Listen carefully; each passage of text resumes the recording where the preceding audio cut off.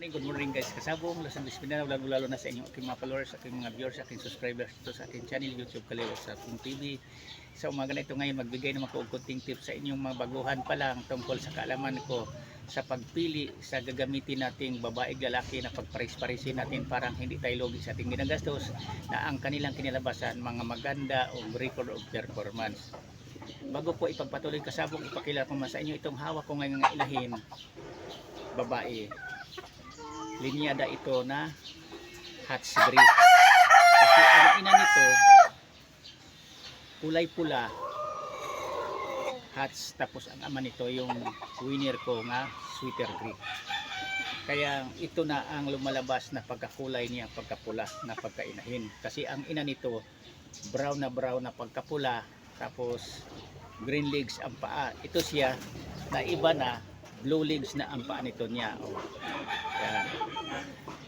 Para sa inyong mabaguhan pa lang, ang ibigay ko o kunting advice sa inyo, pinaka-tips ko na rin, kung magsimula kayong magpapalahi ng manok, mag-alaga kayo ng manok, parang hindi kayo lugi sa inyong ginagastos. Hindi lang kayo kay magsimula sa isa ka bloodline, isa lang kainahin na linyada. Dapat iba-ibahin nyo, parang mayroon kayong mapagpilian sa magiging mga anak.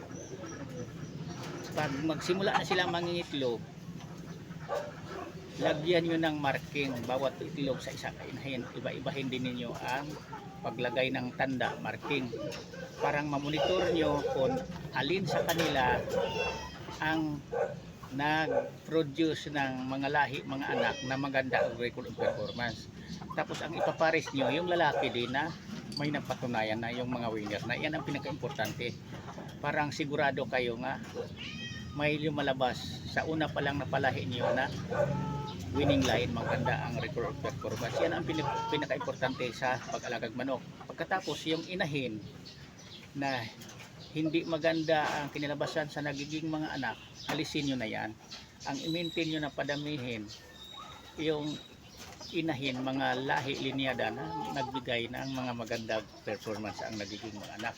Parang hindi kayo logi, kumikita kayo. Kasi hindi tayo kumikita dito sa pagmamanok sa totoo lang kapag ang palahi natin, ginagamit nating materialis, hindi winning line, hindi maganda ang mga performance sa kanilang nagiging mga anak. Kasi ang bumibilig manok sa atin, hindi na yan bumabalik sa totoo lang kapag nasubukan na nila. Pero kung nasubukan nila na maganda ang pinapakita ng performance sa ating alagang manok na naibenta natin sa kanila, bumabalik yan. Kaya kumikita tayo. Doon lang tayo nalulugi sa ating mga palahi kapag hindi natin sigurado na maganda ang mga pagkalahi nila, ang mga performance. Kasi nagkadepende yan sa linyada o sa quality sa manok. Kasi magkaiba-iba ang bloodline sa manok ngayon dahil tinawag ko crucis.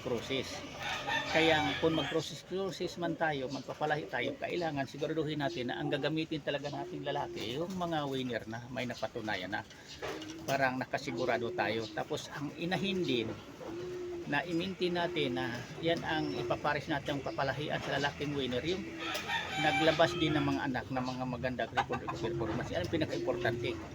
Kasi alam nyo ba, sa pagmamanok hindi biro, magastos. Pira araw-araw ang kinakain nito dahil binibili natin pira ang ginagamit natin, binibili natin ng feeds, pagkain, vitamin sa kanila, parang mabubuhay sila, manatiling maganda ang pangatawan. Kaya para sa inyong mabaguhan pa lang, nasa pagpili natin. Kung nagkakamali man tayo nung una, natural lang yun ang pagkakamali, di maiwasan natin, tao lang tayo.